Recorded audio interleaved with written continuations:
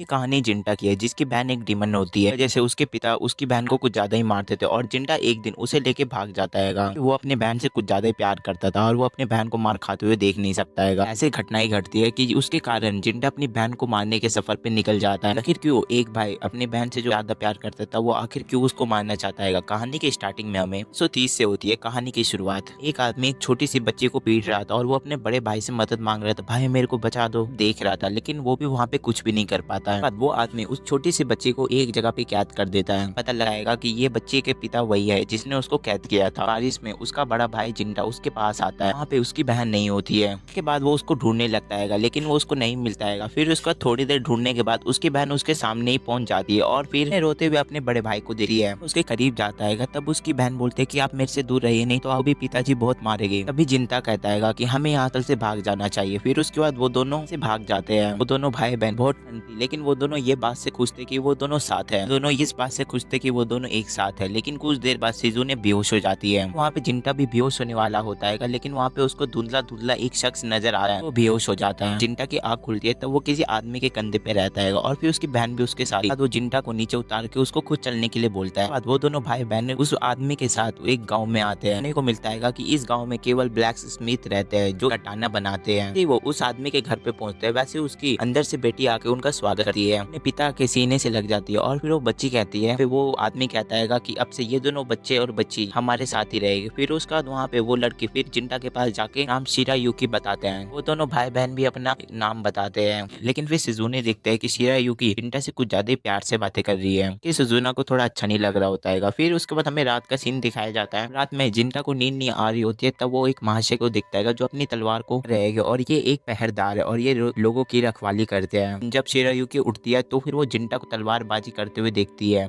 कि वो हम सभी के बाद हम देखते हैं कि सभी लोग मिलके एक साथ नदी में नहा रहे होते हैं। जिंटा भी और भी शिजुना भी इन लोगों का एक और दोस्त बनता है। बहुत खुश होते हैं और फिर नदी में आराम से मजे कर रहे होते हैं। फिर उसके बाद जब घर लौटते हुए उनका नया दोस्त शाकियोमा उसको लेने के लिए आ जाती है। उनकी माँ को देख शिरायुकी की आंखों में थोड़ी सी उदासी छा जाती है और वो सोचता है कि इतना उदास कैसे हुए। वो सब एक साथ जाते हुए कहता है तुम्हारे माँ का नाम योकासिका है। वो फिर बताएगा कि हमें उन्हीं की बदौलत यहाँ रहने की इजाजत मिली है, शायद से कभी घर पे नहीं आती है। शिरायुकी कहती है हाँ वो इसलिए घर नहीं आते क्योंकि वो ईशायुकी में है। लोग अग्नि युग की पूजा करता है, उसे हम लोग ईशायुकी कहते हैं। उनको देखने की इजाजत केवल गाँव के मुखिया को ही होती है। शिरायुकी के पिता को है इनकी इजाजत देखने की। यूकी में लोग नॉर्मल लोगों से बात नहीं कर सकते है, इनकी इजाजत नहीं है। शिरायुकी ने भी कई सालों से अपने माँ को नहीं देखा है। अब 3 साल गुजर जाते हैं। तय कि जिंटा उस महाशय के साथ ट्रेनिंग कर रहा होता है, लेकिन जिंटा उस महाशय को आराम से थोड़ा सा डोज करने की प्रैक्टिस सिखा रहा होता है। महाशय आराम से आसानी से जिंटा को हरा देते हैं और फिर वहाँ पे वो महाशय कहते हैं लड़ाई बहुत अच्छी लड़ी। और फिर वहाँ पे जिंटा कहता है मैं तो बिल्कुल भी प्रोग्रेस नहीं कर पा रहा हूँ। और फिर वो कहता है कि तुम एक बहुत अच्छे प्लेयर और तुम आगे जाके बहुत अच्छे स्वॉर्डमैन बनोगे। उसके बाद वो अपने काम पे चल जाते हैं। यूकी आके अपने पिता को तलवार दे देते हैं। यूकी फिर जिंटा के पास आके बोलते हैं क्या तुम उदास हो क्या। फिर उसके बाद वो बोलती है कि मुझे बड़ी बहन होने के कारण तुम्हें मुझे चीयर्स करना चाहिए था। यूकी उसका सिर चलाने लगते हैं, लेकिन असल बात तो यह है कि जिंटा से ना कम उम्र की वो है शिरायुकी, वो जिंटा से ज्यादा मिच्योर है। वहाँ पे शिजुने आ जाती है और फिर वहाँ पे शिरायुकी कहते हैं चलो अब खाने का वक्त हो गया है। उसके बाद वो दोनों मिलके फिर जिंटा के पास अपना हाथ बढ़ाते हैं। फिर उसको हम अगले सीन में देखते हैं कि जिंटा वहाँ पे कुछ ज्यादा ही बड़ा हो चुका है। जो पुजारन होते हैं वो जिंटा की कुछ ज्यादा ही तारीफ कर रहे होते हैं। कह रही होती है कि तुम्हारी ना वो जो डीमन की स्किल है वो कुछ ज्यादा ही पावरफुल है, वो हमारे के लिए बहुत फायदेमंद भी है। पर जिंटा ने ऐसे डीमन को मारा है जो भेस बदल के आया था। एक बैठे ताऊ बताता है कि डीमन की उम्र ना 1000 साल से भी ज्यादा हो सकती है। बताता है कि एक पुजारन का मांस खा के वो एक अमर बन सकता है और वो हजारों साल तक जी सकता है। एक तरह से वो एक इमोर्टल बन सकता है। ले वाली जो भी पुजारन थी उनको भी एक किसी डीमन ने हरा दिया, लेकिन यहाँ पे शिरायुकी के पिता जब उसका अपना बलिदान दिया तभी वो डीमन वहाँ पे हारा। तो सेकंड टॉन या फिर शायद राइट टॉन को हमसे हथियाना चाहता है, इसलिए वो पीढ़ी पे पीढ़ी हमला करे जा रहे हैं। कहानी के अनुसार वो जो तलवार थी उसको ना कुछ ज्यादा ब्लैक स्मिथ, बहुत अच्छे ब्लैक स्मिथ ने उस तलवार को बनाया था और वो पीढ़ी दर पीढ़ी किसी बड़े स्वॉर्डमैन को मिलते जा रही है, इसलिए शायद वो डीमन उनके पीछे पड़े हुए हैं। फिर एक युमासा नाम का एक बंदा कहता है वो डीमन अपने इरादों में कामयाब नहीं हो पाएंगे, लेकिन इस पुजारी शिक्षा का हम सब नाता लेते हैं और इनके सारे सुरक्षा अब से जिंटा करेगा। ये बात सच है, उनमें में से एक को तलवार चलाने के अलावा कुछ नहीं आता है और जो दो सेंटेनेंस है उनमें में से एक तो ऐसा ही है, दूसरे को तो हम लोग को पता ही नहीं है, पर वो जिंटा को टोंट मार रहा है। पुजारन कहती है इस जगह पे सभी बराबर है। हम देखते हैं ये पुजारन और कोई नहीं, ये शिरायुकी है। के बाद इन लोगों की ये मीटिंग यहीं पे समाप्त होती है। लोग वहाँ से जाने लगते हैं केवल जिंटा के अलावा। बाद वो पुजारन फिर अपने पर्दे में से बाहर आती है, सीधे आके कहती है तुम्हें मुझे प्रिंसेस बुलाने के अलावा तुम मुझे नाम से भी तो बुला सकते हो, तुम्हारे अलावा मेरे नाम के पुकारने के अलावा और कोई नहीं बचाएगा, तुम ही मुझे अपने नाम से बुला सकते हो। बाद जिंटा फिर शिरायुकी का नाम लेता है, शिरायुकी खुश हो जाती है। बाद शिरायुकी बताते है कि यहाँ पे शिजुमे भी आई है। उसके बाद वो दोनों फिर प्रिंसेस रूम में झांक रहे होते हैं और शिजुमे वहाँ पे सोई हुई होती है। शिजुमे का शरीर अभी तक बच्चों की तरह है, अभी वो जरा सा भी नहीं बढ़ी हुई है। एक जिंटा कहता है मैंने इसको कितनी बार यहाँ आने से मना किया है, ये यहाँ पे आ ही जाती है। और शिरायुकी कहते हैं कि वो तुम्हें यहाँ पे देखने के लिए आती है क्योंकि तुम अब डीमन हंटर हो ना, उसे डीमन हंटर बनाएगा, उसे घर जाने का समय ही नहीं मिलता है, कारण वो शिजुने फिर जिंटा से नहीं मिल पाती है। फिर उसके बाद शिजुमे आराम से जाती है, फिर वो जिंटा को देख के वो फिर वेलकम होम कहती है, तुम्हें यहाँ पे कितनी बार कहा, यहाँ पे तुम्हें नहीं आना चाहिए और यहाँ पे बार बार आ जाती हो। वहाँ पे फिर ये शिजुने सुन के थोड़ी उदास हो जाती है, तुम्हें ये सारे नियम को पालन करना पड़ेगा क्योंकि ये गाँव का यही नियम है। और यहाँ पे ये शिजुने सुन के कहती है ठीक है। बाद शिजुने ये सुनने के बाद यहाँ से चली जाती है, कोई उसे वहाँ पे देख ना ले। फिर शिरायुकी कहती है जिंटा कितनी प्यारी है ना वो, तुम्हें कहता है कि हाँ वो बहुत प्यारी है लेकिन वो कभी कभार मेरे को परेशान कर देती है। बाद वहाँ पे वो ताऊ आ जाता है और फिर वो कहते हैं कि मैंने वो जो तुम्हें वैसल दिया था उसके बारे में क्या कहना है। और फिर वहाँ पे वो अंदर आ जाता है, जिंटा को देखने के बाद कहता है कि तुम यहाँ से चल जाना चाहिए। फिर जिंटा कुछ बोलने की कोशिश करता है, वहाँ पे शिरायुकी वहाँ से उसको जाने के लिए कहता है। वहाँ पे जिंटा के जाने से पहले वहाँ पे शिरायुकी बोलते हैं तुम यहाँ के रखवाले हो और तुम्हें यहाँ का ना कर्तव्य जरूर निभाना पड़ेगा। बाद हमें फिर पास्ट का सीन दिखाया जाता है जहाँ पे शिरायुकी के माता पिता गुजर चुके थे कि फिर जिंटा को रात में बता रहे होते कि अब मैं भी एक ईशाने बनने वाली हूँ क्योंकि मेरी माँ बाप इस दुनिया से चले गए और मेरी माँ भी, और इसी कारण ना मेरे को इस गांव की रखवाली करनी पड़ेगी जिंटा। और फिर जिंटा भी बताता है कि मैं भी तुम्हारे डैड की तरह एक डीमन हंटर बन के मैं तुम्हारी हमेशा रखवाली करते रहूंगा। शिरायुकी रोने लगती है और फिर जिंटा यही सब बातें याद करके वहाँ से जाने लगता है। उसके बाद हम दो डीमंस को दिखता है और जो यहाँ पे शिजुने को उठाने के लिए प्लानिंग बना के आए हुए थे। अगले दिन यहाँ पे जिंटा उठ चुका है, वहाँ पर शिजुने भी उठ जाती है। शिजुने को पता लगता है कि अब जिंटा को वहाँ पे शाइन में जाने की आज जरूरत नहीं है क्योंकि आज उनकी छुट्टी है। वहाँ पे शिजुने बहुत खुश हो जाती है और फिर कहती है कि आज हम दोनों एक साथ समय स्पेंड करने वाले। और फिर हम एक शिजुने की एक आंख देखते हैं जो बिल्कुल भी एक डीमन की तरह लग रही थी, इसी कारण से अपने एक आंख हमेशा बैंडेज बांधे हुए रहती है। इसके बावजूद भी इसकी जिंदगी पहले बहुत खुशहाल है। उसके बाद यहाँ पे शिरायुकी आ जाती है, युकी यहाँ पे छुप के आई है क्योंकि वो जिंटा के साथ समय स्पेंड कर सके। कहती है आज हम सब एक साथ आराम से ब्रेकफास्ट करते हैं भैया। के बाद हम देखते हैं कि वो तीनों एक साथ बैठ के आराम से ब्रेकफास्ट कर रहे होते हैं। यहाँ पे शिजुने कहते हैं कि आपको आज ना कुछ अच्छा बनाना चाहता और फिर जिंटा कहता है तुम चुपचाप से खाना खाओ। जिंटा कहता है कि तुम चुपचाप से खाना खाओ नहीं तो मैं तुम्हें थप्पड़ मार दूंगा। युकी फिर कहती है कि तुम तो शिजुमे को कभी थप्पड़ मार ही नहीं सकते हो। उसके बाद शिरायुकी कहती है कि ना जरूरत पड़ने पे ना एक भाई को कठोर भी बनना पड़ता है। तो फिर उन दोनों की बातों को फिर सीरियस नहीं लेते हैं, अपना चेहरा उसके सामने करता है लेकिन फिर वहाँ पे जिंटा फिर उसको थप्पड़ नहीं मार पाता है। उसके बाद हम अगले सीन में देखते हैं कि शिजुमे आज कुछ ज्यादा ही खुश होती है क्योंकि आज उसको पूरे दिन शिरायुकी के साथ गुजारने के लिए मिला है। वहाँ पे जिंटा भी खुश हो जाता है और फिर कहता है मुझे जब शिरायुकी खुश होती है तो मैं भी अपने हिसाब से खुश हो जाता हूँ। बाद वहाँ पे यहाँ पे शिजुना को वो दोनों छोड़ के शिरायुकी और फिर जिंटा दोनों एक साथ कहीं पे चल जाते हैं। उसके बाद एक किसान फिर इन दोनों को देख लेता है साथ में और फिर कहता है कि यहाँ पे शिरायुकी और फिर जिंटा दोनों एक दूसरे के साथ है। खबर पूरी तरह से तेजी से पूरे टाउन में फैल जाती है और फिर सभी कहने लगते हैं कि वहाँ की वो जो है ना वो किसी जिंटा के साथ घूम रही है। बाद वो दोनों फिर एक रेस्टोरेंट में आते हैं। उसके बाद वहाँ पे चित्तू से फिर पूछती है कि ये लड़की कौन है जिंटा। फिर उसके बाद जिंटा उसको बताता है एक दोस्त है बस और कोई और नहीं। बाद वो दोनों फिर अपना ऑर्डर देते हैं खाने के लिए। तो जिंटा वहाँ पे बोलने लगता है कि ना चित्तू से तुम्हें नहीं पहचान पाई क्योंकि उसने शिरायुकी को अभी तक देखा नहीं है ना, इसलिए। फिर वहाँ पे चित्तू से फिर उसके लिए अपना ऑर्डर लेके आ जाती है खाने के लिए। ऑर्डर के अलावा जिंटा का स्पेशल डिश भी लेके आती है जिंटा के लिए। ये कुछ ज्यादा ही पसंद है ना जिंटा, ये तुम्हें ये बचपन से ही पसंद है। फिर उसे खाने के बाद बहुत अच्छा है, मुझे ये शुरू से ही पसंद है। सुनने के बाद फिर चित्तो से फिर खुश होने के बाद वापस चल जाती है। पहले की तरह फ्रेंडली नहीं रह सकता है क्योंकि अब से मैं जिंटलूड सैटनी बन चुका हूँ, इसी कारण अब से हम पहले की तरह फ्रेंडली नहीं रह पाएंगे, इसलिए तुम मुझे थोड़ा माफ कर देना। बाद वो दोनों एक दूसरे से बातें करने लगा और फिर जिंटा कहता है तुम्हारे पिता हमेशा से ये क्या करते थे, चीज हमेशा के लिए नहीं होती है, मुझे बहुत ही बड़ा सबक सिखाया है। और फिर वहाँ पे शिरायुकी कहती है कि हम अपने मॉम डैड की तरह अपने नक्शे कदम पे जरूर चल सकें। तो वक्त वो दोनों नदी किनारे आते हैं शिरायुकी अपने दूसरे के साथ पूरा दिन गुजारने के लिए। ये दिन शिरायुकी के साथ दिन गुजारने के लिए वो फिर मेरे साथ आज पूरा दिन गुजारा, इसलिए मैं तुम्हें शुक्रिया करती हूँ। उसके बाद जिंटा कहता है कि तुम्हें ये सब कहने की कोई जरूरत नहीं है, बहुत ज्यादा खुश हूँ क्योंकि मैं तुमसे ना पहले की तरह बात करना चाहती थी और मैंने आज वो कर लिया। एक दूसरे से पहले की तरह बात करना चाहते थे और मैं तुम्हें यहाँ पे कुछ बताना चाहती हूँ। फिर उसके बाद जिंटा से बताती है कि वो कियोमासे से वो शादी करने वाले है क्योंकि गाँव के हेड ने मुझे बताया कि वो मारने के लिए आ रहे, इसलिए मैं अब उनसे शादी करके मैं थोड़ा सेफली रहूंगी। मुझे अपना उत्तराधिकारी इसलिए जल्दी से पैदा कर देना चाहिए, इसलिए मैं कियोमासे से शादी करने जा रही हूँ। और कियोमासे इसी गाँव में पैदा हुआ है और इसलिए ये गाँव का फायदा भी थोड़ा होगा। गाँव के पुजारन होने के कारण मैं ये सारी चीजों को मना नहीं कर सकती हूँ। शिरायुकी होने के वास्ते मैं तुम्हें ये बताना चाहती हूँ कि मैं तुमसे प्यार करती हूँ जिंटा।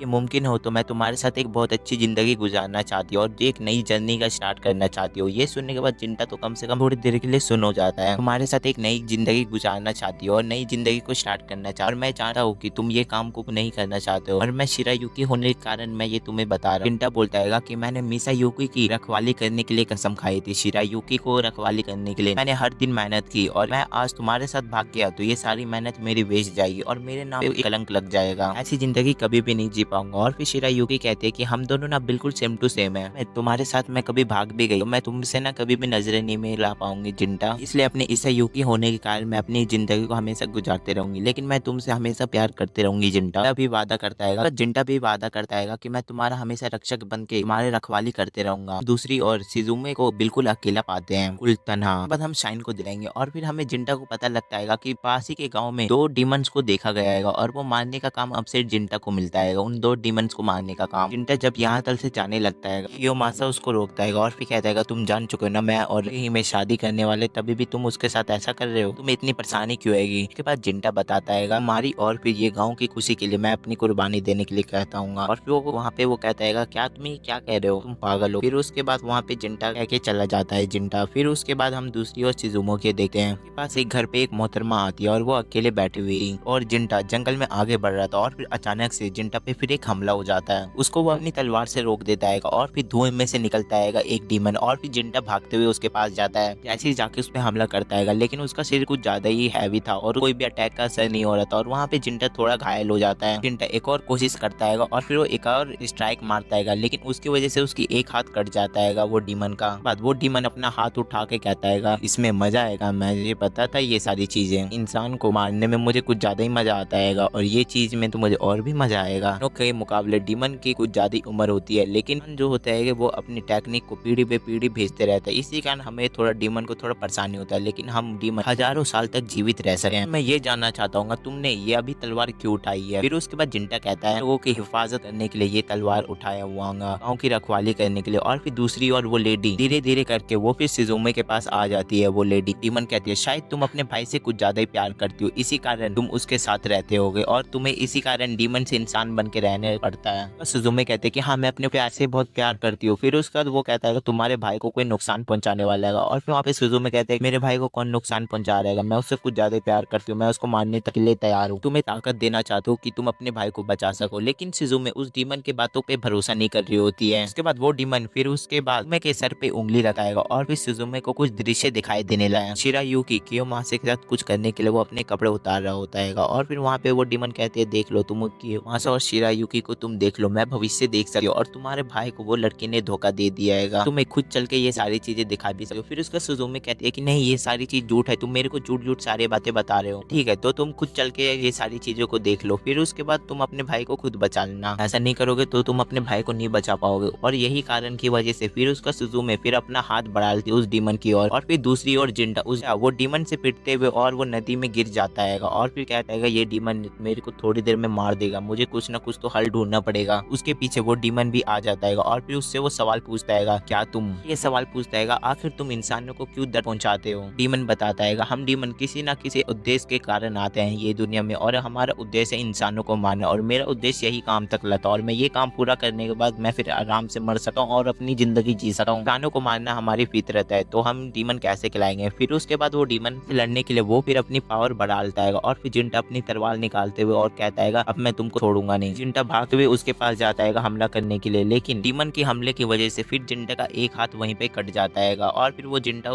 भी तोड़ देता है। फिर हार नहीं मानता है वो फिर अपनी टूटी हुई तलवार को पकड़ के और फिर उसकी छाती में डाल देता है और अपना पूरा जोर लगाने लगेगा उस डीमन को हराने के लिए। जिंटा फिर अपना पूरा जोर लगाने लगता है और फिर डीमन का खून बहने की वजह से वो वहीं पे मर जाता है और फिर डीमन वो फिर मरते हुए बताता है कि मेरा उद्देश्य यहीं पे कंप्लीट हो गया और मेरा 170 साल बाद वो डीमन लॉर्ड आएगा और ये गांव को पूरी तरह भाग कर देगा, काम यहीं पे कंप्लीट होता है और फिर वहीं पे वो डीमन एंड होने लगता है। तभी फिर वो कहता है मैं तुम्हारे के लिए गिफ्ट देता हूँ और फिर वो अपना हाथ से फिर उसके मुंह पे फेंक देता है और फिर वहीं पे मुंह पे लगने की वजह से वहीं पे फिर जिंटा बेहोश हो जाता है। डीमन कहता है तुम तलवार दूसरों की हिफाजत करने के लिए उठा दो ना, यदि वो तलवार वो लायक वो लोग तुम्हारी हिफाजत के लायक ही ना हो तो ठीक कहते ही जिंटा वहीं पे बेहोश हो जाता है। और फिर दूसरी ओर देखते हैं कियोमासा और फिर शिरायुकी एक दूसरा कुछ करना चाह रहे होते हैं, वो उसके साथ वो सब करना चाहता है और यही अच्छा समय है। यहाँ पे कोई है भी नहीं। शिरायु की आंखों में आंसू लिए हुए वो फिर अपने कपड़े उतारने लगती है और फिर जिंटा की याद में कि ये सब देखने के बाद मासा कहता है कि तुम दोनों एक दूसरे के प्यार में एकदम पागल हो। शिरायु के आगे बढ़ने लगे और फिर कियोमासा अपने कदम पीछे लेने लगा है। वहाँ पे उन दोनों के कुछ करने से पहले वहाँ पे एक डीमन एक दरवाजा तोड़ के आ जाता है। वो डीमन के साथ वहाँ पे सिजुने भी आती है और फिर वहाँ पे दूसरी और यहाँ पे जिंटा बेहोश होता है और फिर वहाँ पे उसको होश आता है और फिर देखता है वहाँ पे उसका कटा हुआ हाथ दोबारा आ गया है और फिर वो जैसे उठते के साथ वो फिर सिजुने के लिए भाग के जाने लगता है और फिर सोचता है सिजुने ठीक तो होगी ना। फिर जिंटा देखता है कि गाँव में चारों ओर आग लगी हुई है। सिजुने फिर शिरायुकी से पूछती है, मुझे तो लगा था कि तुम जिंटा से प्यार करते हो, तो मुझे तो लगता है कि तुम ना किसी भी लड़के के साथ सटल आराम से होती हो, हमारे लिए तो कोई भी चलेगा। और फिर जिंटा फिर अपने घर पे पहुंचता और वहाँ पे सुजुना नहीं होती है। दूसरी ओर गाँव के लोग और दूसरी ओर वहाँ पे गाँव के लोग सभी आग बुझाने की कोशिश कर रहे होते हैं। सुजुना कहती है, मैंने बस अपने भाई की खुशी के कारण मैं अपने जज्बातों को हमेशा छुपाती रही, बस अपने भाई की खुशी के लिए हमेशा जीती रही और मैं तुम लोग दोनों को देख के मैं बहुत खुश रहती थी, लेकिन तुमने मेरे भाई के साथ धोखा दिया। तुमने उसके साथ ऐसा क्यों किया? फिर शिरायुकी कहती है कि मैं समझ चुकी हूँ कि तुम अपने भाई से बहुत ज्यादा ही प्यार करते हो।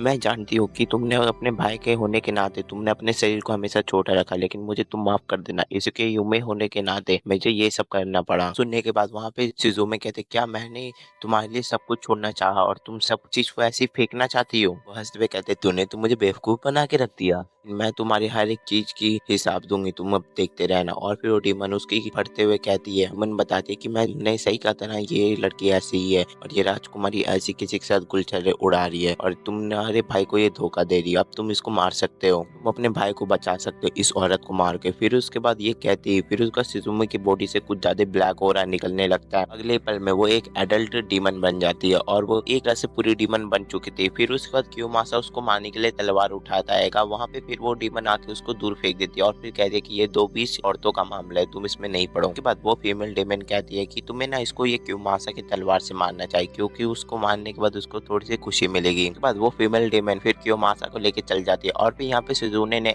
तलवार निकाल दी होती है और फिर उसको मारने के लिए जिंटा यहाँ पे भागते हुए आता है। देखते ही वहाँ पे शिरायुकी उसकी ओर भागती है और उसको गले लगाती है, तभी उसे सीने से लगा लेता है। अगले ही पल में वहाँ पे शिरायुकी की गर्दन अलग ही से कट के अलग हो जाती है। सिजुने आके कहती है, आप ठीक तो है ना भैया? और उसके एक हाथ में शिरायुकी का सिर था और वो पागलों की तरह फिर उसके बाद वो शिरायुकी को मारने लगता है। वो पागलों की तरह वो तलवार को शिरायुकी की बॉडी में घोप घोप के मारने लगा। उसके बाद वहाँ पे जिंटा फिर गुस्से में आके फिर उसका अपनी तलवार निकाल के फिर उसका सिजुमे पे अटैक करता है। लेकिन फिर वहाँ पे सिजुमे बोलते कि मैं आपकी बहन हूँ सिजुमे, आप मेरे को मारना चाहते हैं? फिर उसका वहाँ पे जिंटा कहते, क्या तुम सिजुमे हो भैया, आप मेरे पे क्यों हमला कर रहे हैं? मैं आपकी बहन सिजुमे हूँ। फिर उसका वहाँ पे जिंटा कहता है, क्या तुम सिजुमे हो? तुमने शिरायुकी के साथ ऐसा क्यों किया? राजकुमारी भैया आपको धोखा दे रही थी, इसलिए मैंने उसका बदला ले लिया, आपको दुखी नहीं होना पड़ेगा, चलिए भैया आप घर चलते हैं। और यहाँ पे जिंटा कहता है, उन लोगों को धोखा दिया है जिन्होंने हमें बचपन से पाला पोसा है और हमें सही रास्ते पे चलने का सीख दिया है, तुमने उन्हीं लोगों को मार दिया और तुमने शिरायुकी को ऐसा क्यों मारा? घर जाना चाहते हो? अब मैं समझ चुका हूँ, मेरी बहन सिजुने मेरे को पहले ही छोड़ के चल चुकी है, अब तुम एक डीमन हो। उसके बाद वहाँ पे जिंटा फिर उस पर अटैक करने लगेगा। उसके बाद वहाँ पे फिर जिंटा उस पर अटैक करने लगता है, लेकिन अटैक करती है उसकी तलवार टूट जाती है। उसके बाद वहाँ पे फिर जिंटा की बॉडी में से भी डीमन पावर निकलने लगती है, उसका हाथ उसी डीमन की तरह हो जाता है जिससे उसने फाइट की थी। कहते आखिर आप मेरे पे क्यों गुस्सा कर रहे भैया? और फिर वहाँ पे जिंटा कहता है, तुम मेरी बहन नहीं हो, मैं बस तुमको मारना चाहता हूँ। सिजुमे बोलते हैं, मैंने बस भैया आपके लिए वहाँ पे शिरायुकी को मार दिया क्योंकि आपकी खुशी के लिए। फिर उसका वहाँ पे जिंटा बोलता है तुम अपना मुंह बंद रखो। फिर उसका सिजुमे बोलते कि आप भी मुझे बाकी सबकी तरह छोड़ दोगे? भी बाकी सबकी तरह निकले, आप मेरी दुनिया थे, लेकिन आपने भी मुझे धोखा दिया, आप मुझे अब मारना चाहते हैं,